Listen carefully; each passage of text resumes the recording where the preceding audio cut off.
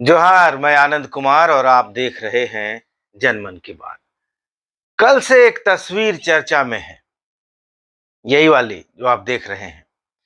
पूर्व सीएम रघुवर दास और स्वास्थ्य मंत्री बन्ना गुप्ता की तस्वीर। प्रभात खबर अखबार ने इसे छापा है। अब अखबार वाले भी मजे लेने का कोई मौका नहीं छोड़ते। मुख्यमंत्री रहते रघुवर दास को जब कोई खबर अच्छी नहीं लगती थी तो उस अखबार के मालिकों, संपादकों और मैनेजरों को बुलवाते थे, अपने सचिव सुनील बर्णवाल से क्लास लगवाते थे, डटवाते थे, विज्ञापन भी रुकवाते थे। खैर, सुनील बर्णवाल तो हेमंत सरकार बनते ही भग लिए। रघुवर दास भी न तो अब सीएम रहे न विधायक, तो उन्हें रेलने में अब कोई खतरा नहीं है, सो अखबार ने तस्वीर छाप दी। अब इस तस्वीर में दो बातें हैं। पहली तो रघुवर दास की भंगिमा है जो दिखाई दे रही है। अब इस तस्वीर को देखकर लोग अपने अपने स्तर से, अपने अपने लेवल पर भांति भांति के अनुमान लगा रहे हैं, अंदाज लगा रहे हैं। आपने भी कुछ ना कुछ लगाया ही होगा। लेकिन दोस्तों, ये सारे अनुमान गलत हैं। लेकिन दोस्तों, ये सारे अनुमान गलत हैं। माना कि सीएम रहते भी रघुवर जी की छवि को धुआं धुआं करने का प्रयास किया गया था।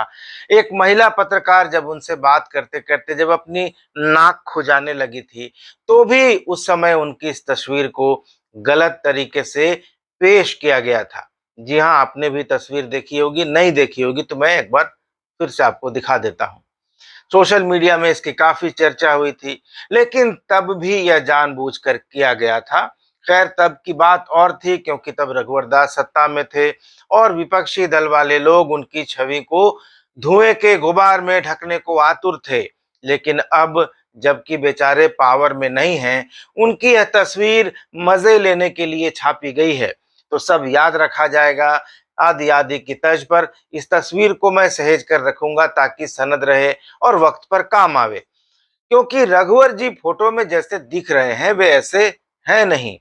ये बोझिल सी आंखें, तनी हुई भ्रुकुटियां, थोड़ा थका सा चेहरा, हो सकता है रात को ठीक से नींद ना आई हो। उम्र भी 64 की हो चली है, छत्तीसगढ़ का चुनावी दौरा करके लौटे हैं तो थके भी होंगे।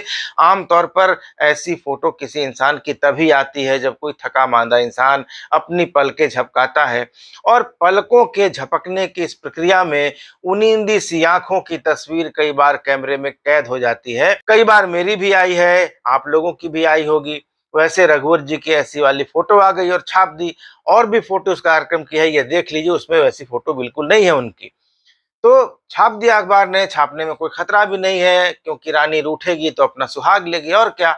अखबार का क्या है, चर्चा हो गई, लोगों ने मजे ले लिए। लेकिन चर्चा जिस बात की होनी चाहिए उसकी हुई नहीं। तो पहली बात तो भंगिमा की थी, दूसरी बात पर आते हैं। चर्चा दोस्तों इस दोस्ताने की होनी चाहिए जो तस्वीर में दिख रहा है। वैसे ये दोस्ताना जमशेदपुर में पहले से काफी चर्चा का विषय बना रहा है, लेकिन इस तस्वीर को देखने के बाद एक सीनियर नेता की टिप्पणी थी कि जमशेदपुर में इजराइल और हमास एक हो गए हैं। तो जाहिर सी बात है कि पूरे देश में इंडिया अलायंस और भाजपा के बीच घमासान मचा है। भाजपा इजराइल के पक्ष में है, इंडिया गठबंधन फिलिस्तीन के पक्ष में है। लेकिन यहाँ देखिए रघुवर दास और बन्ना गुप्ता की जो गलबैया है, उसको देखकर तो लगता नहीं है कि ये दोनों अलग अलग दलों के लोग हैं।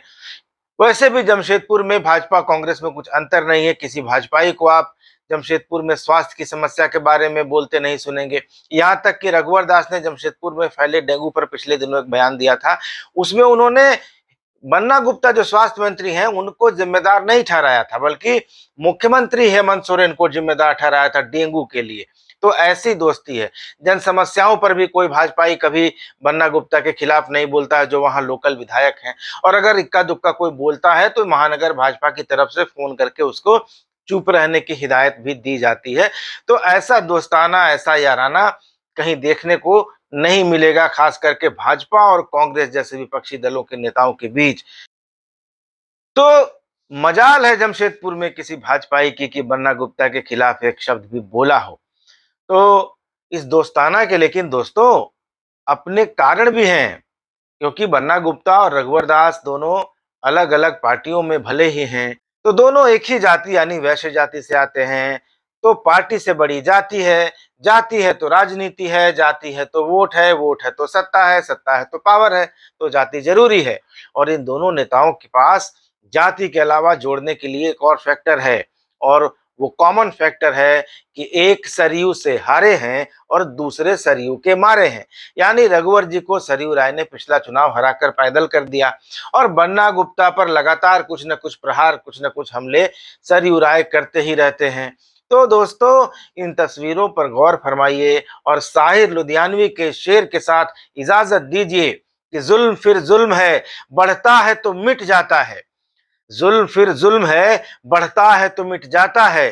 खून फिर खून है, टपकेगा तो जम जाएगा। धन्यवाद। नमस्कार।